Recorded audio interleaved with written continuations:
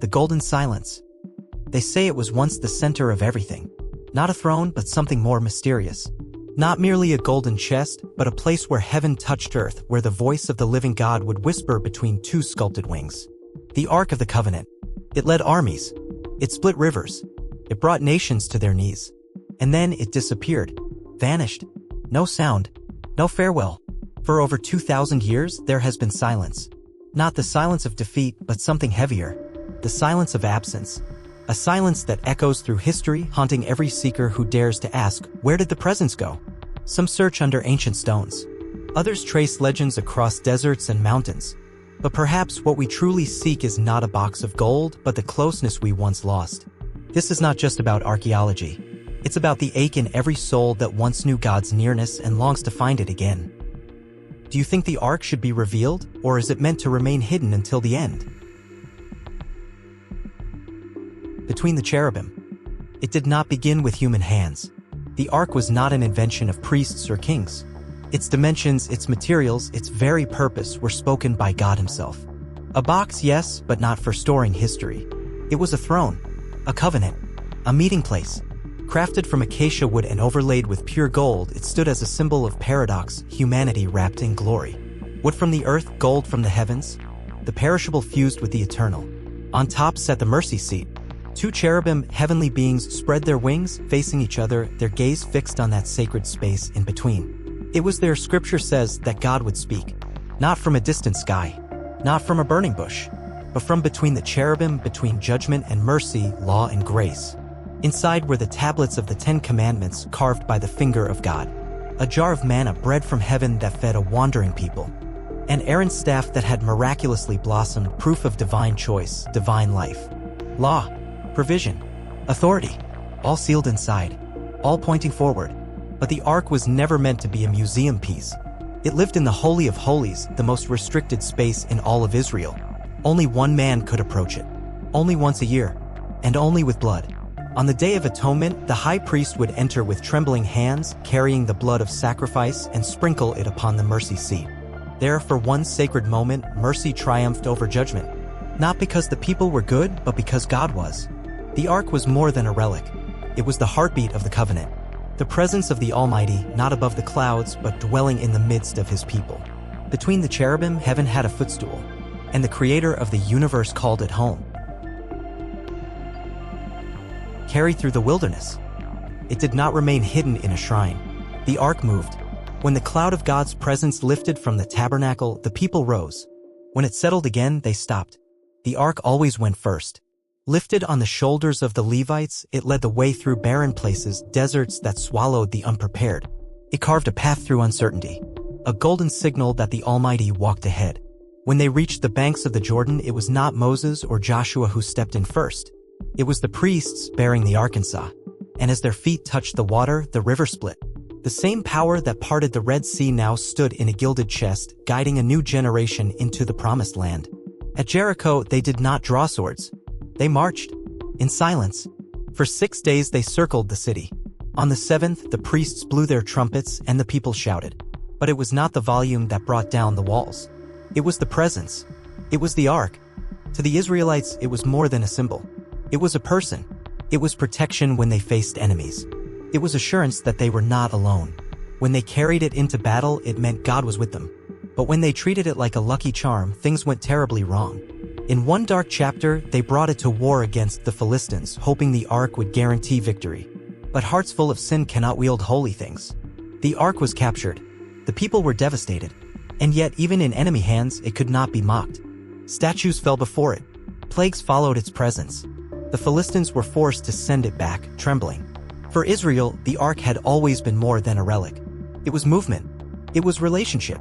It was the invisible God choosing to walk with dust-covered people.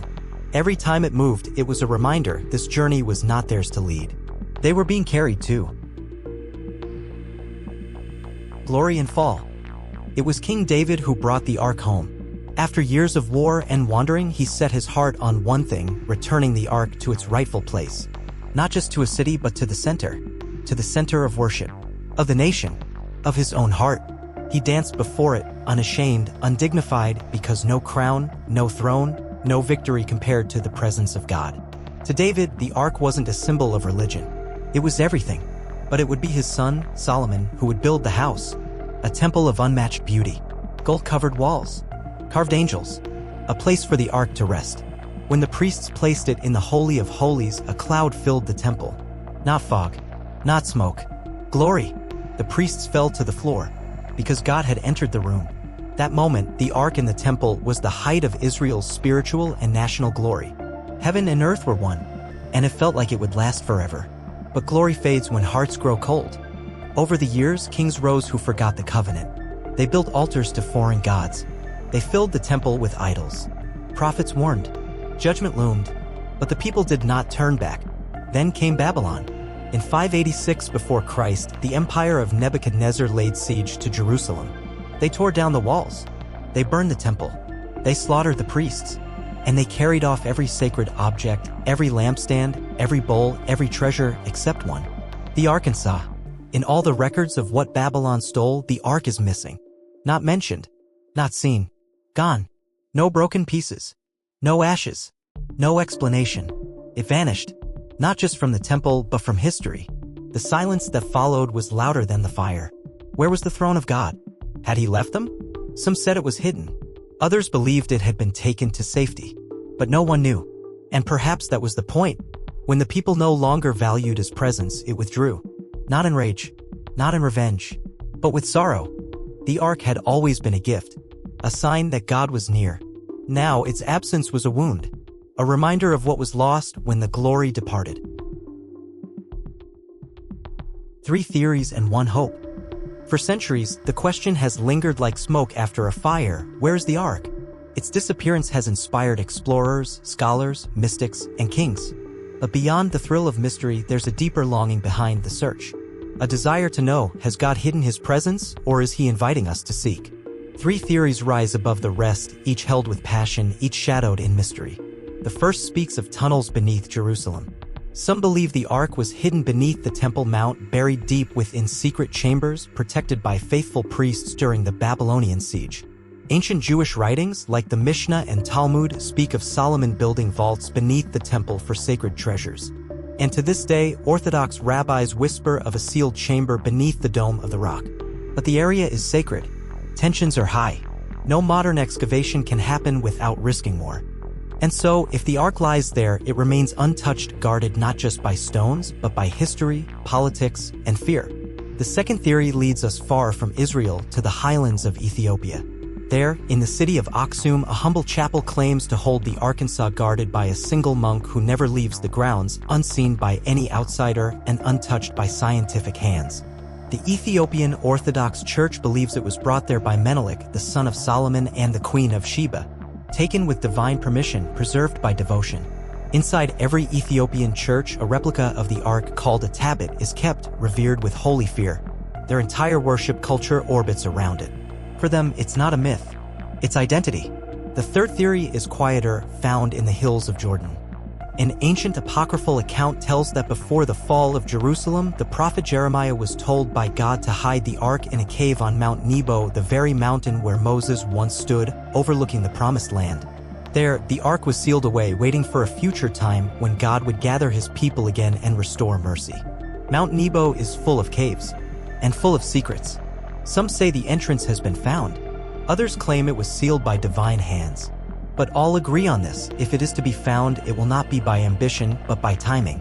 God's timing. And maybe that's what all these stories are really pointing to.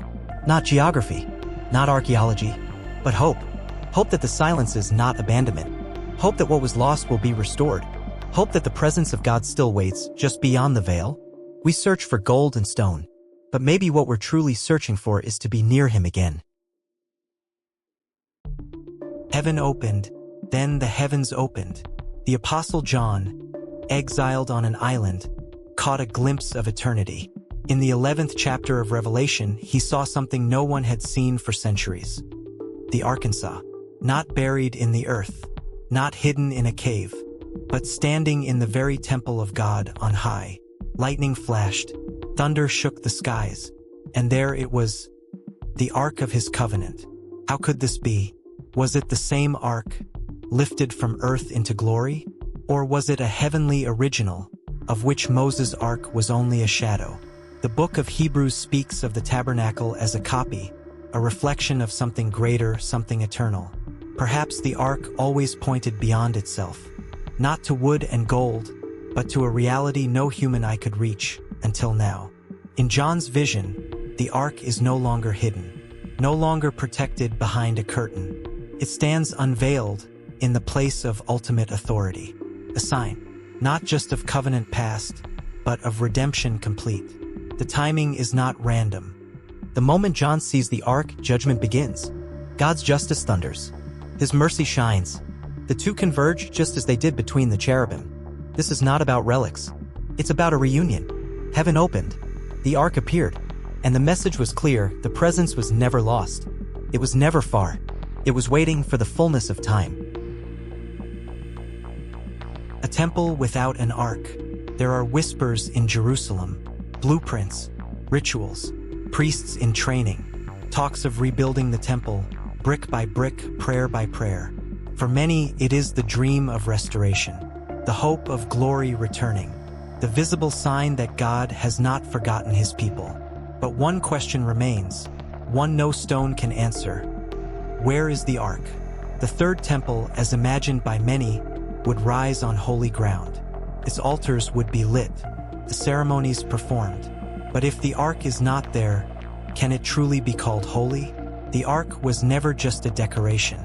It was the throne, the mercy seat, the place where blood and presence met. Without it, the Holy of Holies becomes just empty space. And yet, prophecy warns us, before the return of Christ, a temple will rise, and in it a man will sit claiming to be divine. 2 Thessalonians speaks of a lawless one, exalted above all that is called God, not in the name of holiness, but in the shadow of deception. A temple without the true ark may become a stage for the greatest lie, a form of worship but without the fire, a holy place but no glory within. The danger is not just in building without God. It isn't believing that structure equals presence, that rituals replace relationship, that gold means God. But the ark was never about the box. It was about the one who chose to dwell there. Without him, any temple, no matter how grand, is only a shell, a monument to man's effort, not God's indwelling. And the question that echoes through time is this: would we recognize his absence or be content with the illusion of glory? The Greater Ark. What if the ark was never the destination? What if it was a signpost pointing beyond itself? For centuries, it was the center of worship. The law inside, the blood upon it, the glory above. But every part of it whispered a name that had not yet been spoken. The tablets of stone, God's law written by his own hand, were placed inside the Arkansas. And then came one who would live that law perfectly, not just in letter, but in love. The jar of manna, bread from heaven, sustained a people in the wilderness. But then came one who would say, "I am the bread of life. Whoever comes to me will never hunger." The staff of Aaron, once dead, now blooming, was proof of God's chosen priest. But then came one who conquered death itself, the great high priest, chosen, risen, eternal. The ark held shadows. Christ brought substance. The mercy seat, once sprinkled with blood year after year, was fulfilled on a hill called Golgotha, where the Lamb of God shed his own blood once for all. And when he breathed his last, something unthinkable happened. In the temple, behind thick curtains, the Holy of Holies stood untouched, off limits. But in that moment, the veil tore, from top to bottom, not by human hands, but by mercy, by invitation. The barrier was broken, the divide undone, not because the ark had returned, but because the Greater Ark had arrived. He did not dwell in gold, but in flesh. He did not rest in a chamber, but walked among us. He did not carry symbols. He became the fulfillment. Now, the presence of God is no longer locked behind stone or ceremony. It lives in hearts, in those who believe, in those who receive. Christ is the mercy seat. Christ is the glory between the cherubim. Christ is the covenant made flesh. We do not need to find the old Arkansas, because we have found the greater one.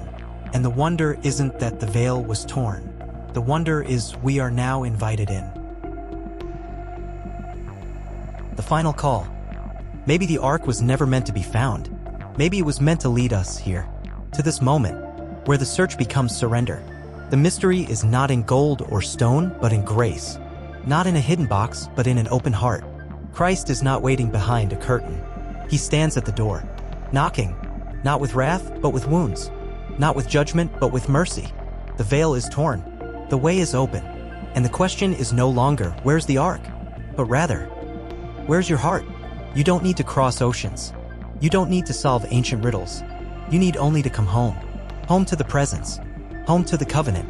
Home to the one who never left. If this touched your heart, help share this. Like, comment, subscribe, not for numbers, but so this message reaches someone else who needs it.